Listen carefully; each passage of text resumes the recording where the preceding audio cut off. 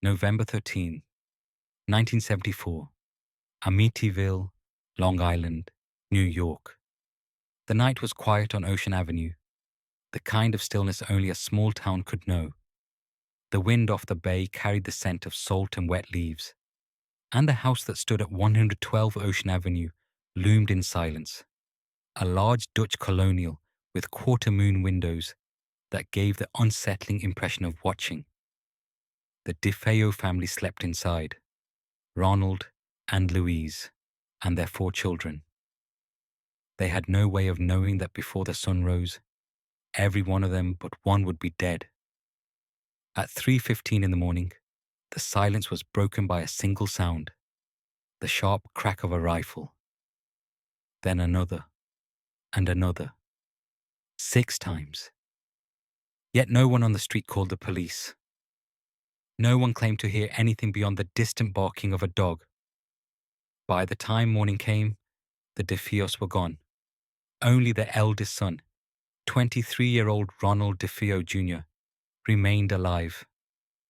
When the police arrived, he stood outside the house, trembling, saying the same words again and again. "They're all dead." Inside, the bodies of his family lay neatly in their beds, face down, hands by their sides. Not one of them had stirred, even though the rifle had no silencer. Every room looked undisturbed, as though death had arrived quietly and deliberately. Officers described a heaviness in the air. Not just grief, but something else. Something that felt aware. One of them later said, "It was like the house was listening to us." Ronald confessed to the killings within a day, but his story changed every time he told it. First, he said a voice in the house had commanded him. Then he said he acted in self-defense. Then, that he couldn't remember anything at all. When asked whose voice it was, he whispered, "It came from the walls." He was sentenced to life in prison. The house stood empty, but not for long. 13 months later, the house at 112 Ocean Avenue went up for sale. Despite its grisly history, it was beautiful. 5 bedrooms, a boathouse, and a sweeping lawn that led to the canal. The price was unusually low, $80,000. Fully furnished. Even the DeFeo's furniture remained. When George and Kathy Lutz saw it, they hesitated. Then they looked at each other and smiled. They could handle it. They weren't superstitious. They had 3 children, a dog named Harry, and hope for a new start. They moved in on December 18th, 1975. The first day was unremarkable. The rooms smelled faintly of fresh paint and old wood. The winter sun filled the windows with golden light. But from the beginning, small things felt off. The air inside was colder than outside. The dog refused to enter the house at all, choosing instead to sleep chained near the boathouse. At night, George could hear faint noises. Something shifting behind the walls. A soft, rhythmic tapping that moved from room to room. On the 3rd night, George woke up suddenly. The clock read 3:15 a.m. He wasn't sure why he'd awoken, only that the silence felt alive, charged. He padded through the hallway, checking the locks. As he passed a mirror, he caught a glimpse of his reflection and froze. For a split second, the face staring back wasn't his own. Older, harsher, its eyes hollowed by rage. When he blinked, it was gone. He told himself it was the light. But from that night on, he woke at the same time, without fail. Always 3:15. Kathy began noticing things too. The rooms changed temperature without reason. One moment warm, the next freezing cold. She'd find small, dark stains appearing on the kitchen counters, tacky and smelling faintly of metal. When she cleaned them, they came back the next day. The house had a pulse, a low hum she could feel more than hear, like standing too close to a generator. Sometimes she thought she could make out words in it. The children complained about footsteps in the hallway after midnight. Doors slammed on their own. Windows opened even when locked. The air filled with a thick, nauseating smell, sulfur and decay, that moved through the rooms like a living thing. Then the flies came. Hundreds of them, swarming the sewing room, clinging to the curtains and the ceiling, buzzing angrily against the glass. It was winter. There should not have been flies. The Lutzes called a priest to bless the home. He arrived with holy water and quiet professionalism, sprinkling each room in turn. When he reached the master bedroom, he paused. The sunlight dimmed, as if the air had thickened. A voice, guttural, low, vibrating with anger, whispered in his ear. "Get out!" He fled the house without finishing the blessing. He later told George that he believed something unholy lived there, something that had never been human. Days blurred. George stopped going to work. He spent hours tending the fire, staring into it as though searching for messages in the flames. He was unshaven, sleepless, whispering to himself. Kathy said it was like watching her husband disappear, replaced by someone else who wore his face but spoke differently. Slower, colder. Their daughter Missy began talking to an invisible friend she called Jody. At first it seemed harmless, a child's imagination filling the void. But when Kathy asked who Jody was, the girl replied cheerfully, "She's a pig." Kathy laughed, until Missy added, "She has red eyes. She watches me from my window." That night, George saw them, two glowing red points outside Missy's window. He ran outside, expecting a prankster, but found only the dog barking and pawing at hoof-shaped prints in the snow. The prints circled the house and ended abruptly, as if whatever made them had vanished into thin air. The priest refused to return. George tried lighting candles and reciting prayers, but the words seemed to echo wrong. Kathy's crucifix turned black in her hands, the metal burning her skin. Shadows moved across the walls when there was no light to cast them. The house was no longer just haunted. It was hungry. On Christmas Eve, they tried to ignore it. They opened gifts, played music, cooked dinner. For a few hours, the house was quiet. Then, at exactly 3:15 a.m., the front door exploded open with a deafening crash. The wind howled through the hall. Upstairs, the children screamed. George ran to their room and found the bed shaking violently. The smell of sulfur filled the air. On the wall, a black substance oozed from the plaster, dripping down in long, tar-like streaks. He shouted for Kathy, but she was frozen, staring at the crucifix. It was slowly turning upside down. That was the night they decided to leave. At dawn, they gathered what little they could carry and fled. The house watched them go, its windows glowing faintly in the first light of morning. They left everything: furniture, clothes, photos, even the dog. They drove without speaking, without looking back. They never returned. Friends who entered the house later found food still on the counters, dishes in the sink, half-finished drinks beside the couch, as though the family had simply evaporated. They reported the same smell of sulfur, the same strange cold. One man, a police officer, claimed to have heard whispering from the basement, multiple voices murmuring at once, in a language he didn't recognize. A paranormal team brought cameras and sensors. Their equipment malfunctioned almost immediately. One photograph captured something impossible: a small boy standing at the top of the stairs, his eyes glowing white in the flash. The house was supposed to be empty. Skeptics said it was all a hoax. The Lutz family, they claimed, made it up for attention. But those who walked the property after dark, those who stepped inside, and felt the temperature drop, knew better.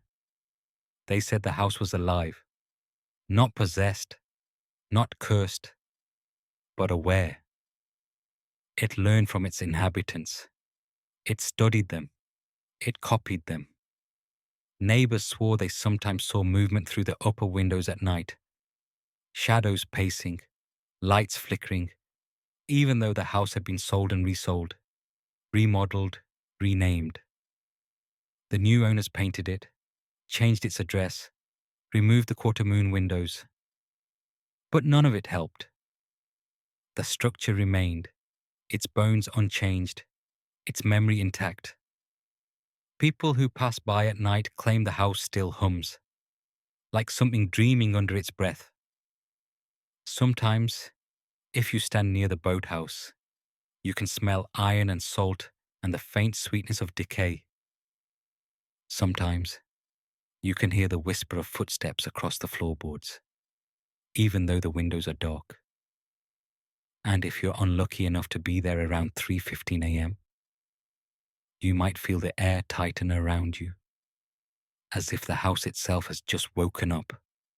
They say you should never look directly at the windows when that happens, because if you do, you'll see someone standing inside, sometimes a man, sometimes a child, sometimes something you can't describe at all. The house at 112D Ocean Avenue is still there, though it wears a different face now. The paint is fresh, the numbers changed. But the ground remembers, the walls remember. And on certain winter nights, when the wind carries the smell of the bay and the world grows silent, you can almost hear the echo of a voice moving through the empty halls, deep and cold, saying the same two words it has always said. Get out. December 8th, 1980. The Dakota Building, Central Park West, New York City. Snow drifted down like ash over Manhattan, soft and endless, muffling the noise of the city that never truly sleeps. Central Park lay beneath it, still and white, a void framed by towers. Across the street, the Dakota stood like a dream misplaced, a mansion of iron and stone, its turrets and arches glowing faintly in the lamplight. For nearly a century, the Dakota had been a monument to wealth and beauty. But behind its ornate facade, whispers said it was something else entirely. A place that kept its own history, that listened, that sometimes spoke back. That night, inside one of its upper floors, John Lennon stood by the window, watching the snow swirl across the park. The lights of the city shimmered through the frost. He had told friends before that he loved the building, but that it had a strange vibe. Yoko had laughed when he said it, thinking he was being poetic. But the longer they lived there, the more certain he became that the place was alive. He felt it now. The low hum beneath the floor, the faint draft that didn't come from the window. The walls seemed to vibrate, almost imperceptibly, as if someone behind them was breathing in time with his own. He turned from the glass, and for a moment, he wasn't alone. A man stood in the doorway. He was tall, wearing a long coat, his face pale and expressionless. His eyes were not hostile but ancient, a gaze that observed rather than saw. Lennon blinked, startled. The doorway was empty, but the air had changed. Later he told Yoko about it. There was someone here, he said quietly, just watching. She told him it was probably his imagination, maybe a reflection, maybe fatigue. He smiled, but he knew what he saw. And he wasn't the first. The Dakota had always carried its own ghosts. When it opened in 1884, New Yorkers thought it was cursed. Its architect, Henry Hardenberg, had modeled it after European chateaux, filling it with gables, balconies, and gargoyles. It stood alone at the edge of Central Park, so far north at the time that people joked the building was in the Dakotas, not Manhattan. From the start, strange stories followed it. Construction workers whispered that tools vanished from locked rooms. At night, they heard footsteps pacing the unfinished hallways. One man claimed he saw a woman in a white gown walking along the roofline, her figure framed against the moon. When he ran upstairs to find her, the roof was empty, but the snow bore a single set of footprints that ended abruptly at the ledge. By the 1920s, residents began to report lights flickering when no one was home, and the sound of piano music drifting from empty apartments. Staff members said the elevator sometimes ran by itself, stopping on floors that had no requests, its gate creaking open to reveal nothing but cold air. In the 1960s, a young couple who lived on the third floor told friends they'd seen a little blonde girl in an old-fashioned dress sitting on the stairs. She was humming softly, swinging her legs. When they spoke to her, she turned her head, smiled, and vanished. The next day, the husband found a child's handprint on the banister, small and pale in the dust. They scrubbed it away. It came back the next morning. The stories became part of the building's character. The Dakota wasn't haunted. People joked. It was sensitive. But there were others who didn't laugh. Over the decades, residents described a figure that came and went without reason. A man in a long coat, seen only in mirrors or reflections, standing perfectly still. Some said he looked like a janitor from the early days of the building. Others swore he had no face at all, only shadow. A pianist once told her neighbors she'd been playing late at night when she felt someone sit beside her on the bench, the keys pressed down, a soft chord she hadn't played. When she looked to the side, there was no one there. But she smelled old tobacco, and the impression of weight remained, as though invisible hands were still resting on the ivory. She stopped playing after that. Elevator operators spoke of the car running after midnight. Lights on, doors opening to empty hallways. A night porter claimed he heard someone humming through the intercom system, a woman's voice. But when he checked, every line was dead. By 1980, the building had learned to hide its strangeness behind elegance. Artists, actors, and musicians called it home. The halls were lined with antique chandeliers that threw fractured light on the marble floors. It was easy to forget the stories when you were surrounded by beauty. But on that winter night, December 8th, beauty and horror shared the same breath. John Lennon returned home just before 11. He stepped through the arched entrance of the Dakota, smiling at the doorman, waving to a fan who waited with an album to sign. The wind was cold and sharp. The courtyard lights glowed amber through the snow. Then came the gunshots. The sound echoed between the walls like thunder trapped in a jar. In the chaos that followed, people screamed, ran, fell. When silence finally returned, it felt wrong, too heavy, as though the building itself were grieving. For weeks afterward, the air in the Dakota changed.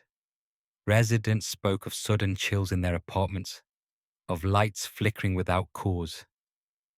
Some said they heard faint music in the halls, a piano playing a slow, familiar tune that faded when approached. One resident, a middle-aged woman who lived near the Lennons' apartment, swore she saw him, John, standing at the end of the hallway, looking toward the window where he had so often stood watching the park. She said he turned, smiled gently, and disappeared into the light. Others dismissed her, but more sightings followed. A security guard claimed he saw a man on the roof weeks later, wearing the same long coat Lennon had often worn. He called out, thinking someone had trespassed. The figure turned to face him, and the guard saw his eyes glowing faintly in the dark. When the beam of his flashlight struck, the man was gone. Yoko Ono herself later told interviewers she believed John's spirit had never truly left. One night, she said, she saw him standing by her bedside. "Don't be afraid," he told her. "I'm still here." The Dakota, of course, moved on.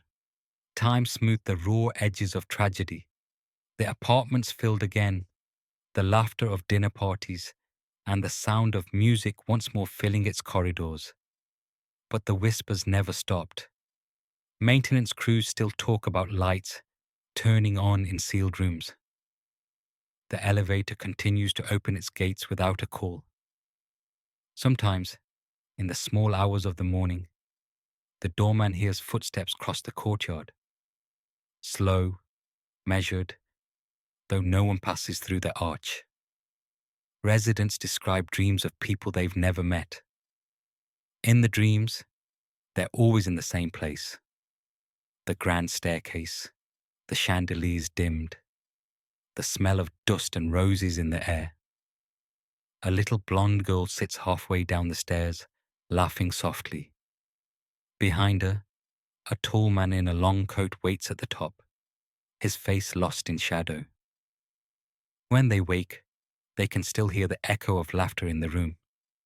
Some say that Dakota's ghosts aren't spirits at all, but the building's memory replaying itself. The echo of all who have lived and died there. Others believe the structure sits on a thin place, where the line between the living and the dead wears thin, like silk stretched too far.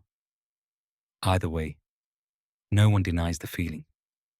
That subtle awareness. The sense that you are never entirely alone. Walk past the Dakota today, and you'll see tourists snapping photos, pointing at the gates where the world changed. The stone is clean, the brass gleams, but something remains. On cold nights, the windows reflect the park like dark mirrors. Stand there long enough, and you might notice one window that doesn't reflect light at all. Just darkness. Some who live inside say the music never really stopped. In the deep hours before dawn, when the city outside goes quiet, and even the snow falls without sound. Faint notes drift through the air, a piano playing somewhere above or below. No one ever finds the source. The elevator sometimes rises on its own, the gate sliding open with a sigh. The hallway beyond will be empty, of course. But for just a second, as the lights flicker, you might catch the shape of a man in a coat at the end of the corridor. A silhouette watching, patient, eternal. And if you listen closely, past the hum of the old pipes and the sighing of the walls, you might hear a voice. Gentle, amused, faintly British, whispering words that make no sound, words that belong to the house now. The Dakota is timeless. It has seen laughter, genius, and grief. It remembers everything. And sometimes, when the city is still, it sings. October 22nd, 1991. New York City beneath Manhattan. At street level, New York is an orchestra of chaos. Sirens, engines, footsteps, voices all crashing together into one endless pulsing rhythm. But beneath that sound, buried under the steel and glass, another rhythm beats. Quieter, slower, older. The subway tunnels stretch for more than 800 miles beneath the city, a concrete labyrinth older than most of the buildings above it.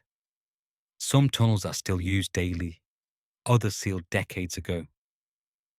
But the abandoned ones, the forgotten ones, are where the stories live. In the late 1980s and early 1990s, rumors began to surface about entire communities are hidden down there. Men and women who had slipped between the cracks of society and found shelter in the dark. Journalists called them the Mole People, City officials denied they existed, but those who worked the late shifts on the subway, the maintenance crews, the train operators, the sanitation workers, knew better. They had seen things that didn't belong underground. It started with a missing man. A transit authority worker named Thomas Riley disappeared while inspecting an electrical line near the abandoned City Hall station, a masterpiece of early architecture sealed off since the 1940s. He was supposed to report back at midnight. His radio went silent at 11:37. When a search team went down the next morning, they found his flashlight still burning on the tracks. His tools were scattered across the floor. Of Thomas himself, there was no trace. The only thing the team reported was a faint smell, something metallic, like rust, but sharper, almost like blood. Within days, rumors began to spread among the workers. Some said he'd been attacked by a pack of dogs that roamed the tunnels. Others said he'd joined them, the ones who lived below. One man, an older electrician named Walt, told a reporter years later, "I saw people down there, not homeless folks like you see on the street. These ones didn't talk. They didn't even flinch when I shined the light at them. Just stared. Their eyes were wrong, like they hadn't seen sunlight in years." The first journalist to investigate was a woman named Jennifer Toth. She ventured down with a local guide, a homeless man who knew the network of tunnels like a second skin. He led her through passages that weren't on any map, past rusted gates, under dripping ceilings, through old maintenance shafts where the air was thick with mold. She met people, yes, men, women, even families, living in makeshift camps built from scrap metal and debris. They were quiet but kind. Some offered her coffee brewed over a fire. They told her they preferred the dark. It was safer than the streets.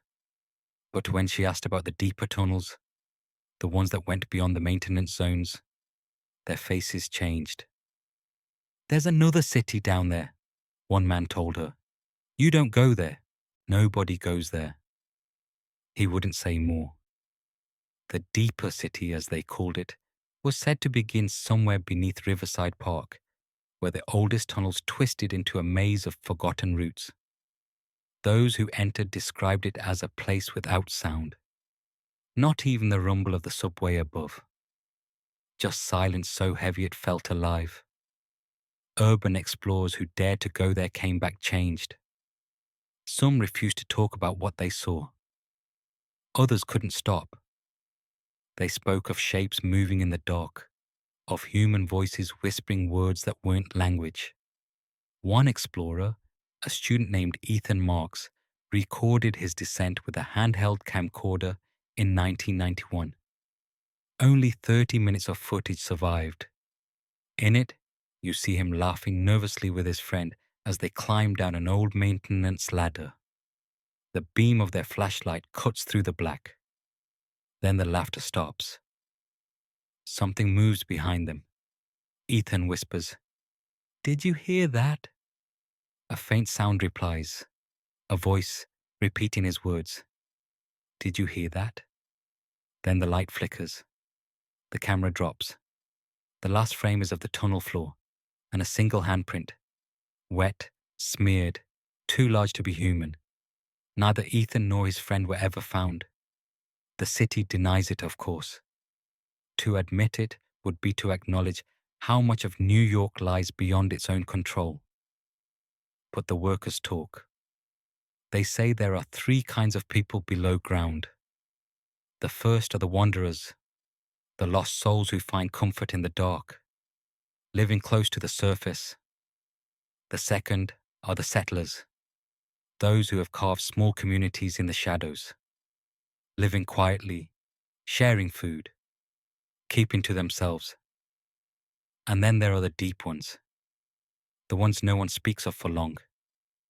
They live beyond the last junctions, where even the rats won't go. Their tunnels are said to be warm, the walls slick with moisture that smells like copper. No one has ever lit a match there without it going out immediately. Some claim these people, if they are still people, no longer speak. They communicate in clicks and whispers, or not at all. It's said that if you wander too far, the silence starts to breathe. And if you turn back, you'll hear a voice behind you, your own, calling your name. One story comes from a subway operator who swore he saw figures standing between the tracks of the abandoned 91st Street line as his train passed through. They were tall, thin, completely still. When the train's headlights hit them, they didn't move. They didn't even blink. But the operator said that as the train emerged from the tunnel, the smell of sulfur filled his cab, and he could still see their eyes, reflecting the light like animals. He quit the job a week later. Another account, this one from 1993, tells of a city employee who was sent to inspect a power relay under the Lower East Side. His partner waited above ground, monitoring his progress through a headset. Half an hour passed without a word. Then, the line crackled, and the man's voice came through. Faint, distorted. "I think I found them," he said. Then, silence. When the rescue team reached the site, they found his flashlight lying on the tunnel floor, still on. The beam was pointing at the wall. On it, written in grime, were two words: "Help us."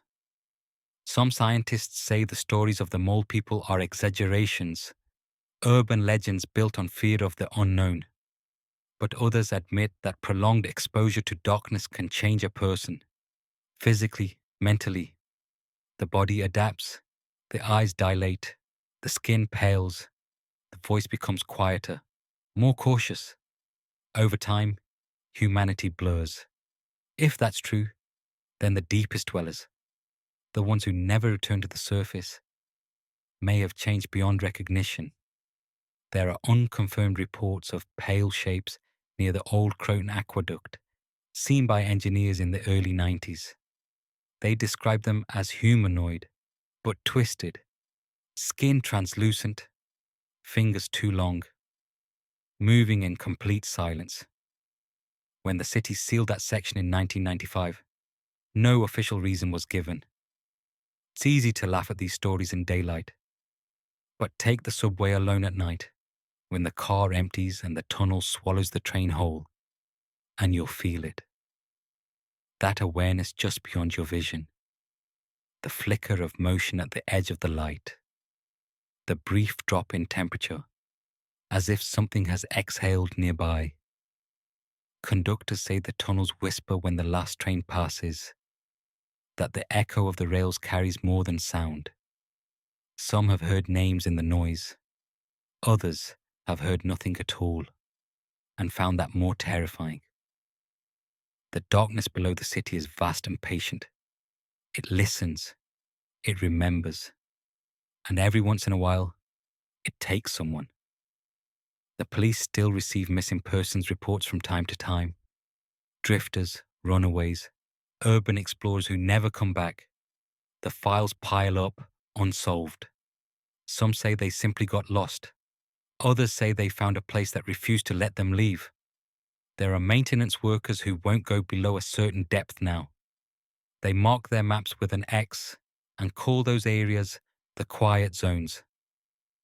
When asked why, one of them shrugged and said, "Because that's where the city stops sounding like a city." Another added, "And where the dark starts sounding like it's breathing." If you ever find yourself down there, lost, disoriented, the tunnel stretching ahead like a throat, remember this. The first sign that you've gone too far is the silence. The second is the feeling that you're not alone. If you hear a voice calling your name from behind, don't turn around. Don't answer. Keep walking. because the mole people aren't what they used to be. After all these years, they've adapted. The darkness is their home now. Their eyes have learned to see without light, their bodies to move without sound. And they're listening, always listening, for footsteps that don't belong.